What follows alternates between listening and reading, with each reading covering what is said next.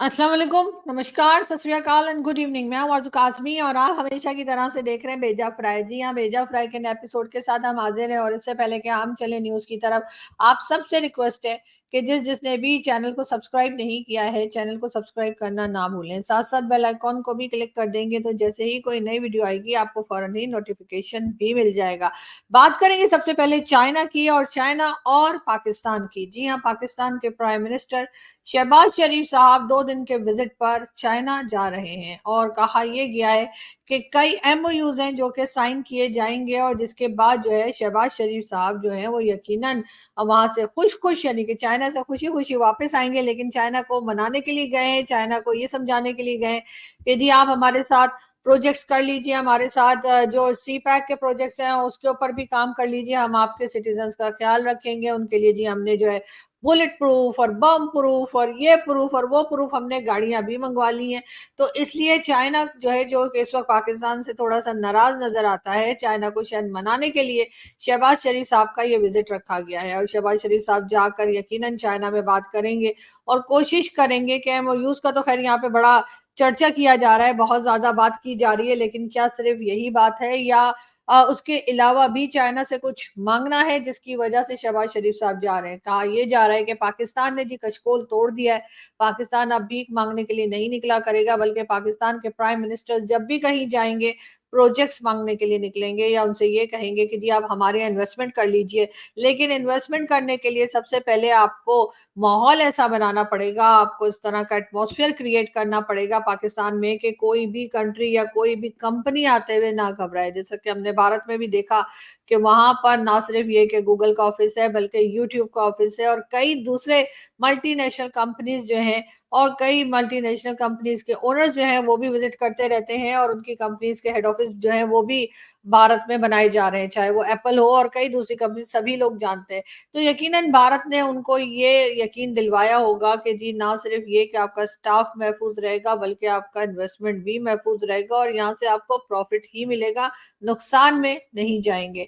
पाकिस्तान को भी यही करना होगा। अगर जब तक पाकिस्तान अपने यहाँ से जो यहाँ पर टेरर ग्रुप्स हैं या टेरर ऑर्गेनाइजेशंस जो यहाँ से ऑपरेट करती हैं, जब तक उनको कंट्रोल नहीं किया जाएगा और कोई ये कह दे कि जी बलूचिस्तान में काम नहीं हो सकता, कोई कहता है केपीके में नहीं हो सकता, कोई कहीं का ये नारे जब तक लगते रहेंगे तब तक डेफिनेटली जो मल्टीनेशनल कंपनीज है वो पाकिस्तान आते हुए घबराएंगी। और इसके लिए पाकिस्तान को सबसे पहले इन्हीं चीजों पे सिक्योरिटी के ऊपर अपने ज्यादा ध्यान देना होगा, सिक्योरिटी के ऊपर जो है वो ज्यादा काम करना पड़ेगा। उसका हरगिज मतलब ये नहीं है कि आप डिफेंस बजट बढ़ा दें, बल्कि उसका मतलब ये है कि जिनका काम सिक्योरिटी देना है वो सिर्फ और सिर्फ अपने काम की तरफ ही ध्यान दें। और ये जो आप लोगों ने एक जिहादी और इस किस्म के ग्रुप जो क्रिएट किए थे पाकिस्तान ने खुद ही कि शायद वो जाकर किसी दूसरी कंट्री में नुकसान करेंगे, अब वो अपनी ही कंट्री में नुकसान कर रहे हैं, तो उन लोगों को खत्म किया जाए, उनको अरेस्ट किया जाए, उनको कंट्रोल किया जाएगा, तभी कोई मल्टीनेशनल कंपनीज पाकिस्तान का रुख करने को शायद सोच ले।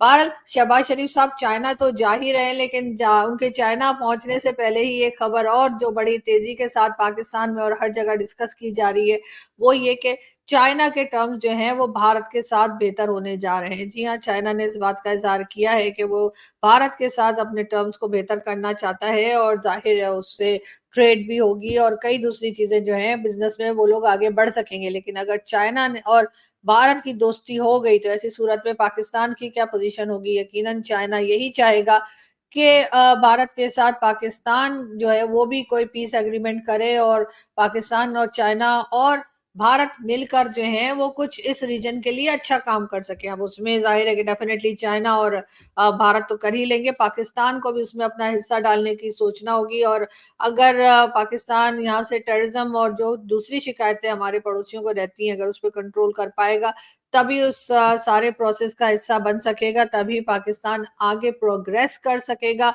वरना जो हालत आजकल है वो सभी को मालूम है कि कभी आईएमएफ के दर पर हैं और कभी वर्ल्ड बैंक और कभी चाइना और सऊदी अरेबिया या कोई भी गल्फ की कंट्रीज, पाकिस्तानियों को वीजा मिलना भी जो है वो मुश्किल से मुश्किल होता चला जा रहा है। अब तो हाल ये है कि गल्फ कंट्रीज के लिए हज उम्रे के वीजा के लिए भी पाकिस्तानियों को प्रॉब्लम आएगी, क्योंकि वहां जाकर भीख मांगने का जो एक तरीका निकाला था पाकिस्तान के लोगों ने वो यकीनन नुकसान पहुंचा रहा है। ना सिर्फ पूरे पाकिस्तान को, बल्कि उन लोगों को खास तौर पे जिनका इस तरह की एक्टिविटीज से कोई लेना देना नहीं है। अब उनको भी जो है वो वीजा सर्विसेज इतनी आसानी से या वीजा इतनी आसानी से नहीं मिल पा रहे। बहरहाल देखते हैं कि इसके ऊपर भी जो है वो गवर्नमेंट को, पाकिस्तान की गवर्नमेंट को भी सख्ती से देखना होगा, और जो गल्फ कंट्रीज हैं वो भी अपनी तरफ से, खैर उन्होंने भी हर एहतियात करनी शुरू कर दी है कि पाकिस्तानी जो है उनको या तो वीजा मिले ही नहीं, और अगर मिलता है तो उसके लिए बहुत कड़ी किस्म की शर्तें हैं जो कि पूरी करनी ही पड़ती हैं। बहरहाल हम बढ़ते हैं आगे, और ये तो हम बिल्कुल नजर बना के रखेंगे कि प्राइम मिनिस्टर शहबाज शरीफ साहब ने क्या बात की, क्या अचीवमेंट हुई उनकी चाइना विजिट से। लेकिन ये बात भी जो है काफी इम्पोर्टेंट है आजकल कि चाइना और भारत के टर्म्स ठीक होने जा रहे हैं, और यकीनन ये इस पूरे रीजन के लिए एक अच्छी खबर है और ऐसा होना ही चाहिए। बात करेंगे हम पीआईए की।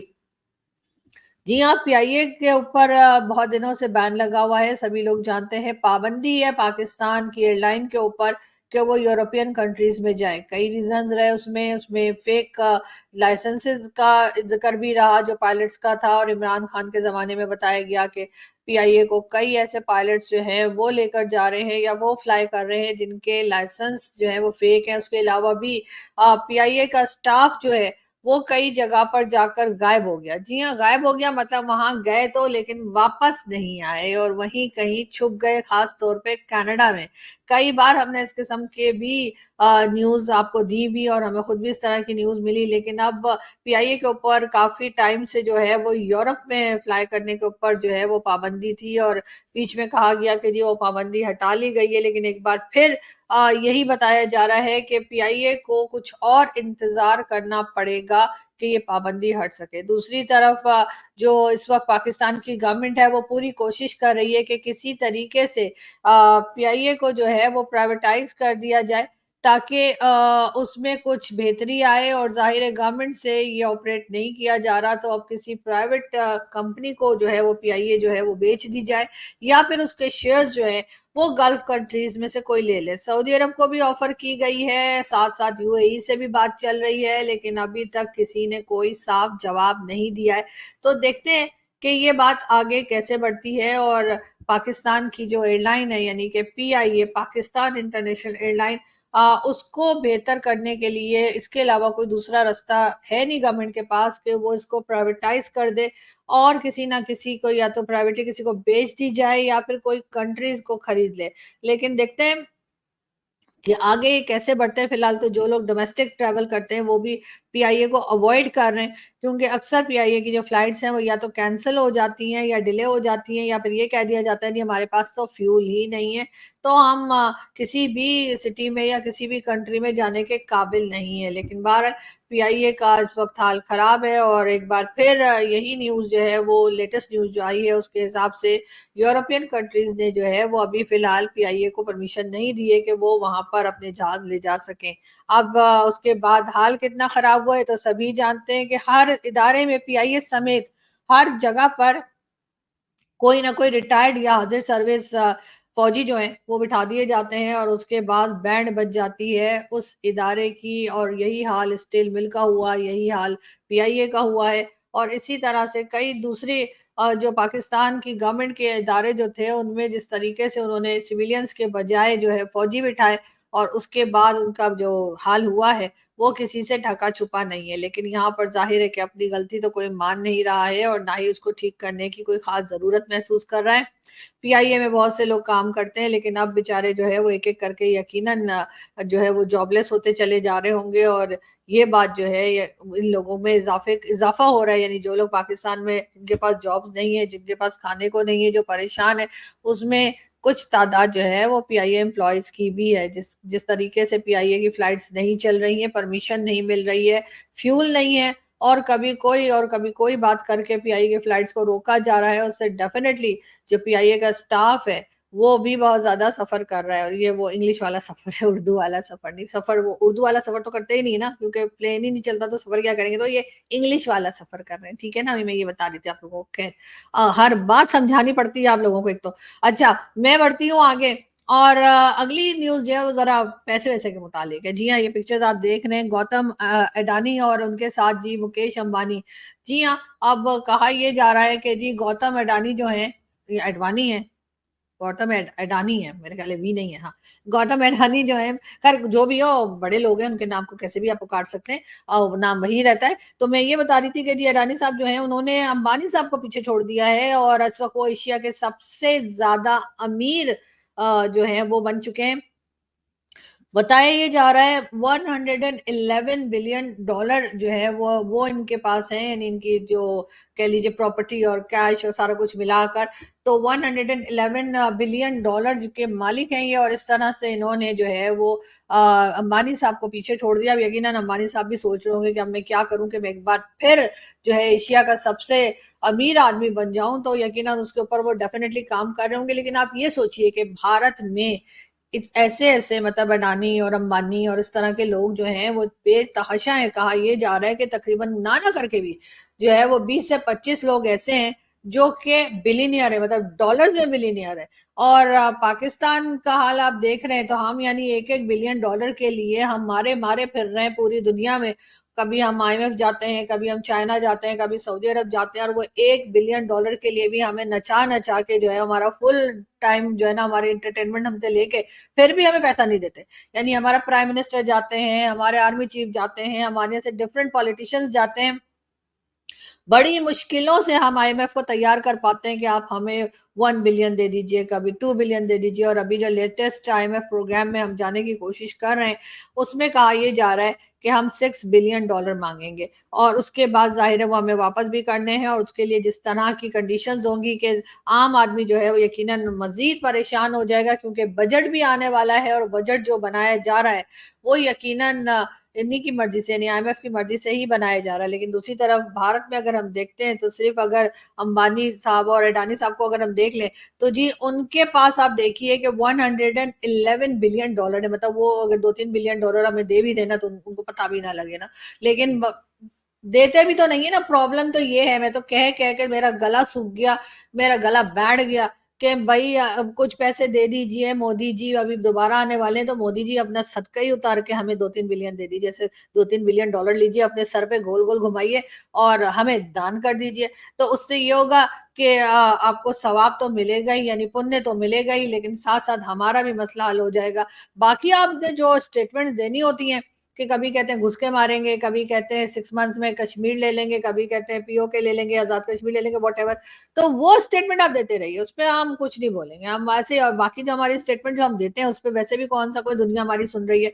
जो अगर हम स्टेटमेंट नहीं देंगे तो कोई फर्क पड़ेगा, या कोई देंगे तो फर्क पड़ेगा, तो वो तो आपको मालूम ही है ना मोदी जी के हमारे यहाँ इस किस्म की स्टेटमेंट्स चलती रहती हैं और आपके यहाँ से भी चलती रहती है, तो वो तो सब सही है। अब आप आ रहे हैं थर्ड टाइम, आप एज अ प्राइम मिनिस्टर आ रहे हैं, मेरा ख्याल से कल तक शायद अनाउंस हो जाएगा। तो उसके लिए मतलब थोड़ा सा तो एक पुण्य का काम और कर लीजिए ना। वैसे तो आप बड़ा मंदिर वगैरह कहाँ कहाँ जा रहे हैं, लेकिन एक जो है वो पुण्य का काम कर लीजिए कि अपने गरीब पड़ोसियों का ख्याल कीजिए और उनको भी कुछ पैसा वैसा दिला दीजिए। अडानी साहब से कहिए ना कि भाई वो 2-3 बिलियन डॉलर दे दे, क्या हो जाएगा मतलब इतने से पैसे देने में। लेकिन खैर कोई बात नहीं, हो सकता है मोदी जी सोच रहे हो कि मैं जरा प्राइम मिनिस्टर बन जाऊं, फिर मैं इकट्ठे ही जो है ना इनको 4-5 बिलियन डॉलर दे दूंगा ताकि ये आराम से बैठे। तो बिल्कुल हम आराम से बैठेंगे, हम बिल्कुल इतनी वाह वाह करेंगे आपकी कि आप खुद हैरान हो जाएंगे कि हैं ये मुझे अचानक क्या हो गया, मैं इतना अच्छा कैसे हो गया। और उसके बाद ये जितने लोग आपके खिलाफ स्टेटमेंट दे रहे हैं पाकिस्तान से, वो सब एकदम खामोश हो जाएंगे, यकीन कीजिए। उनकी आवाज तो क्या चूम ही नहीं करेंगे वो। और उसके बाद सिर्फ यही कहेंगे कि वाह जी वाह मोदी जी हैं तो मुमकिन है। इस तरह की बातें यहाँ से शुरू हो जाएंगी। और ये बातें मेरे जैसे आम छोटे मोटे जर्नलिस्ट नहीं, आप बड़े बड़े जर्नलिस्ट और बड़े बड़े जो हमारे पॉलिटिशियंस है ना, वो आपकी इतनी वाह वाह करेंगे कि आप तो छोड़िए, अमेरिका और कनाडा और गल्फ कंट्रीज भी हैरान ही हो जाएंगे और कहेंगे हैं मोदी जी इतने महान है, हमने तो कभी सोचा ही नहीं। लेकिन अब यकीन करें हम लोग ऐसे ही करते हैं। हमें आप एक बार, मैंने जैसे कहा है, बार बार कहा है मैंने, तो मोदी जी पता नहीं सुनते क्यों नहीं है मेरी, कि जी आप लोग कोई 2-3 बिलियन डॉलर देके देखें तो सही ना। ठीक है आप अपने गवर्नमेंट के पैसों में से ना दें, अडानी साहब को कह दें 2-3 बिलियन का यहाँ पे इन्वेस्टमेंट कर दें। अब क्या इन्वेस्टमेंट करें वो तो आप ही लोग सोच सकते हैं ना कि यहाँ पे क्या हो सकता है। तो वो यहाँ पे भी कोई इन्वेस्टमेंट कर ले, नजदीक है यहाँ से, जो चीज भी बनाने को आप कहेंगे या जो चीज भी प्रोडक्शन जिस चीज की भी यहाँ से स्टार्ट करेंगे, तो वो ले जाना भी आसान होगा। वाघा बॉर्डर से जो है वो पैदल पैदल पहुंच जाएंगी सारी चीजें लेकर। तो मगर थोड़ा सा सोचे ना, अगर मतलब कब तक लड़ते रहेंगे, कब तक एक दूसरे के ऊपर अटैक करते रहेंगे, कब तक हम ऐसे ही चलाते रहेंगे कि जी घुस के मारेंगे, कभी मतलब एयर स्ट्राइक हो रही है तो कभी जबानी लड़ रहे हैं, कभी स्टेटमेंट्स आ रही हैं, तो कभी यूट्यूब वाले हमें कुछ उल्टा सुल्टा बोल रहे हैं, नहीं जो यूट्यूब पे वीडियोस बना रहे हैं, कभी वो हमें कुछ कह रहे हैं, कभी हम जवाब दे रहे हैं। ये वाली लड़ाइयां या झड़पें जो है ना, ये छोटी छोटी, ये कब तक करते रहेंगे मोदी जी? थोड़ा बड़ा सोचिए, थोड़ा आगे का सोचिए, और कोई 2-3 बिलियन डॉलर लेकर और हमारे मुंह पे मारिए ठा करके, ठीक है? वो हम बचा लेंगे अपना मुंह, बेफिक्र रहिए, हमारे मुंह को कुछ नहीं होता, पैसे पड़ने से हमारा मुंह और सही हो जाता है। तो हम ना वो पैसे लेके रख लेंगे, वो ना वो डॉलर, पैसे नहीं, अब पैसे मत दे दिएगा, डॉलर दिएगा। तो वो डॉलर हम लेके रख लेंगे, और उसके बाद देखिएगा अब हिंदुस्तान पाकिस्तान की जो दोस्ती होगी उसकी मिसालें जो है ना सारी दुनिया देगी। सब लोग कहेंगे कि भाई अगर दोस्ती हो तो हिंदुस्तान पाकिस्तान जैसी हो, वरना ना हो। ये तो आपको याद होगा ना डायलॉग, मुझे हो तो नथुलाल जी जैसी हो, वरना ना हो। जी हाँ, जी हाँ। तो बिल्कुल। खैर, अब बहुत से लोग कहते हैं जी मैंने सारी बच्चन साहब की मूवीज देखी हुई है। जी बच्चन साहब की नहीं, मैंने दिलीप कुमार साहब की भी सारी मूवीज देखी हुई है, मैंने राज कपूर जी की भी सारी मूवीज देखी हुई है, बल्कि उनसे भी पहले मैंने 50, 60, 70, 80, 90 सारी मूवीज देखी हुई है। And thanks to my mom, क्योंकि वो जरा फिल्मों की शौकीन थी, और वो फिल्में में देखा करती थी, सॉन्ग वगैरह देखा करती थी, तो उनकी वजह से मैंने सारी मूवीज भी देख ली। और क्योंकि जाहिर है, अगर आप एक ही बेटी हो और आपकी कोई और बहन ना हो, तो अपनी मदर का साथ आप ही ने देना होता है, और जो भी पिक्चर वो देखती है वो बैठ के आपको भी देखनी पड़ती है। तो बाहर मैंने वो सारी मूवीज देखी है, तो इसलिए मैं बता रही हूँ कि फिर वो दोस्ती ऐसी हो जाएगी कि लोग एग्जाम्पल दिया करेंगे कि जी दोस्ती हो तो हिंदुस्तान पाकिस्तान जैसी हो, वरना ना हो।